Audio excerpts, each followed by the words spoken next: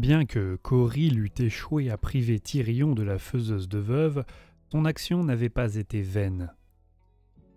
Adrana était arrivé à Loterne avant même que l'épée de Cain fût volée, et Malekith vit l'opportunité que Coril lui offrait à son insu. Alors que Tyrion dispersait ses forces au nord et à l'est pour traquer Coril, le roi Phénix avait lui aussi déployé ses armées. Elles ne voyageaient ni sur terre, ni sur la mer des rêves où les navires d'Aisling rôdaient encore, mais par les racines du monde. Affranchies des contraintes logistiques, les forces de Malekith déferlèrent sur Eithel orientale et en Saphérie, et reprirent les territoires perdus plus tôt dans l'année. Déplacer tant d'armées et si rapidement, par le biais des racines du monde, exigea un immense effort de la part d'Alariel. Ni Araloth, ni aucun des membres du conseil de Malekith n'égalait la maîtrise des anciennes voies de la Reine éternelle, si bien qu'elle dut endosser ce fardeau seule. Alariel peinait souvent jusque tard dans la nuit pour guider un host vers sa position, c'est écrit Vars, pardon. Et chaque matin, ses traits étaient tirés. Pourtant, personne ne l'entendit se plaindre ni désespérer. La campagne de reconquête de Saphérie fut aussi sanglante que rapide. Tyrion n'était pas totalement aveugle aux dangers qui grandissaient dans le sud et avait envoyé ses plus fidèles lieutenants monter la garde. Les princes s'étaient baptisés les Aestyrions, les fils de Tyrion, et ils combattirent avec fanatisme pour arrêter l'avance de Malekith. Aucune bataille ne fut plus emblématique que le siège de Thessalia. L'Aestyrion qui défendait la cité, un jeune et cruel seigneur du nom de Kilin, qui avait sombré dans la folie aussi vite que Tyrion, ordonna à ses mages de la noyer sous un sort terrible au moment où les troupes de Malekith se déversèrent dans ces rues en ruine. Alors même que Kilin mourait, le corps percé d'une vingtaine de flèches, un tourbillon éthérique s'épanouit au cœur de Thessalia. La fureur de la faille avala chaque pierre et chaque soldat à l'intérieur des remparts avant d'être rassasié.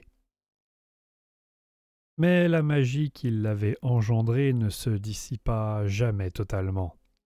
Thessalia, naguère le joyau de Saphérie, avait disparu à jamais.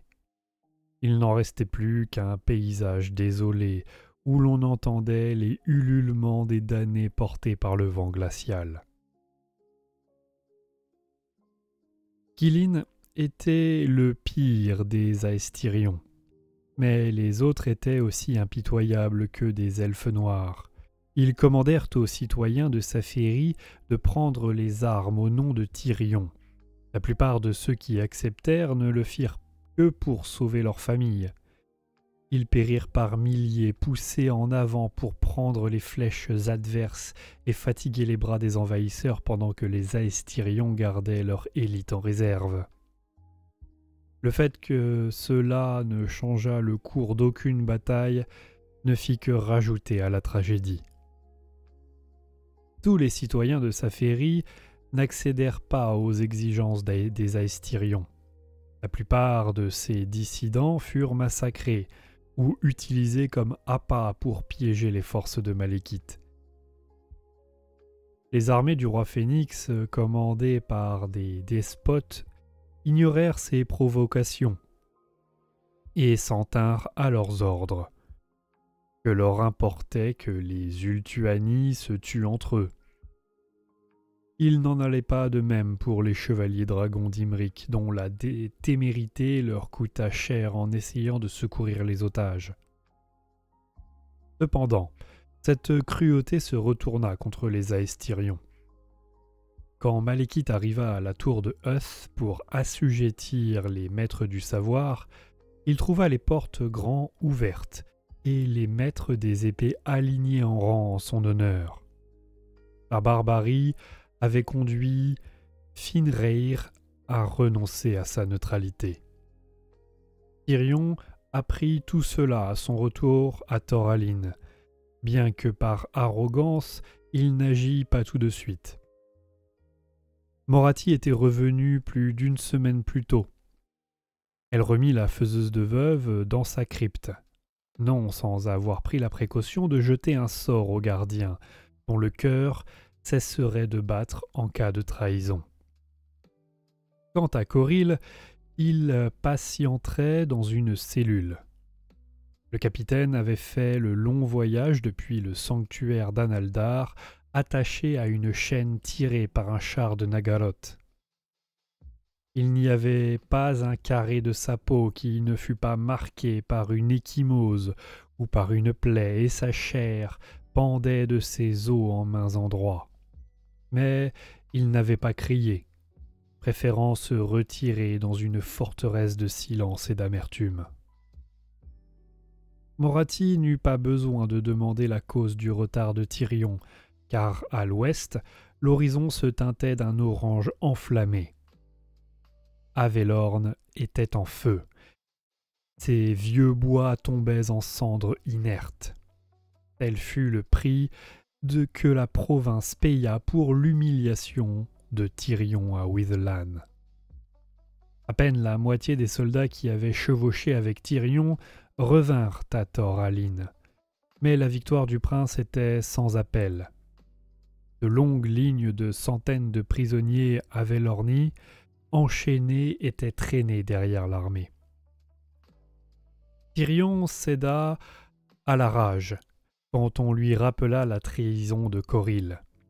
La sorcière matriarche, habituée à ces sautes d'humeur, adoucit la colère de son amant, puis lui offrit les clés de la cellule de Coril.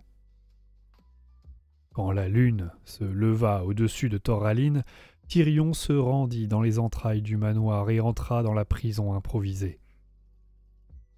Au cours des heures qui suivirent, le silence de Coril fut enfin rompu par les coups de gantelet de Tirion. Hormis Morathi, aucun occupant de Thoralin ne trouva le sommeil cette nuit-là, tant les cris étaient horribles. Le lendemain matin, les princes des armées de Tirion furent convoqués devant les portes de Thoralin, où on avait érigé un nouvel autel à Cain avec les pierres du temple d'Asurian qui dominait le centre de la cité. Là, ils assistèrent au sacrifice des prisonniers avelornis, décapités un par Tirion à l'aide de la faiseuse de veuve retrouvée. La boucherie dura la majeure partie de la journée, mais Tirion ne fatigua pas. Au contraire, il devenait plus frénétique avec chaque corps qui tombait sur les dalles trempées de sang. Chaque tête tranchée était saisie par Morathi et jetée dans la foule hurlante. La sorcière frissonna de plaisir en voyant avec quel entrain les princes guindés d'Ultuan se chamaillaient pour ces ignobles marques de faveur, et elle aperçut plus d'une dague scintiller comme les nobles s'entretuaient pour s'approprier un de ces trophées. Après plusieurs millénaires, Morathi se sentait à nouveau chez elle. Alors qu'on disposait du dernier condamné à Velorni, Coril fut tiré en haut de l'autel par 2 demoiselles de Morathi. Il n'aurait pas pu monter par ses propres moyens. La colère de Tirion avait réduit les jambes du capitaine en charpie et ses yeux n'étaient plus que des trous creusés sauvagement. Le corps de Coril était brisé, mais sa détermination demeurait intacte. Alors même qu'on l'emmenait à la mort, il pria Tirion de prendre conscience de ce qu'il était devenu avant que d'autres en souffrent encore. Le prince fit taire Coril de son poing gantelé et ordonna qu'on le porte au centre de l'autel. Toutefois, le coup de grâce ne serait pas l'œuvre de Tyrion. De cruel honneur fut accordé au prince d'Alroth, pour qu'il puisse venger la mort de son frère et la corruption supposée de sa sœur. Ce serait la seule immolation de ce jour à ne pas être pratiquée à l'aide de la faiseuse de veuve. On utiliserait à la place la propre hache de Coril, Shaial, afin de l'exécuter. « Attendez !» La voix de Morathi coupa aisément dans le tumulte de la foule. Dalros s'arrêta au milieu de son cou et adressa un regard à Tyrion pour demander son approbation. Morathi vit le prince acquiescer, comme elle l'avait prédit, et Shaial fut mis au repos. Morathi fit une révérence à son amant et se délecta de la chaleur du sang versé sur les pierres qui ruisselaient entre ses orteils. « Ta fin est venue, pauvre petit lion !» ronronna Morathi en s'accroupissant à côté de Coril. « Mais il ne doit pas forcément en être ainsi. Promets de me servir aussi loyalement que tu servais Tyrion autrefois, et non seulement je te ferai épargner, mais je t'élèverai à des sommets que tu n'as jamais connus. »« Ma mort n'est rien !» murmura Coril, dont la bravade amusa Morathi. « J'ai été stupide et j'en paye le prix. D'autres dissiperont ton enchantement. »« Oh, vraiment ?» se moqua Morathi. Elle fit courir un ongle parfait autour de la blessure béante qu'était l'orbite gauche de Coril. La droite tressaillit de douleur, et la sorcière gloussa en léchant le sang séché sur son doigt. « Tenace jusqu'au bout, dit-elle. Mais sache ceci, l'enchantement n'est pas de mon fait. Tyrion n'est pas sous mon emprise. C'est moi qui suis sous la sienne. Et notre règne glorieux durera éternellement. Songe-y au moment où la hache tombera. » Morathi se releva et fit face à Dalroth. « C'est une belle arme, mais un peu lourde peut-être, » lui dit-elle.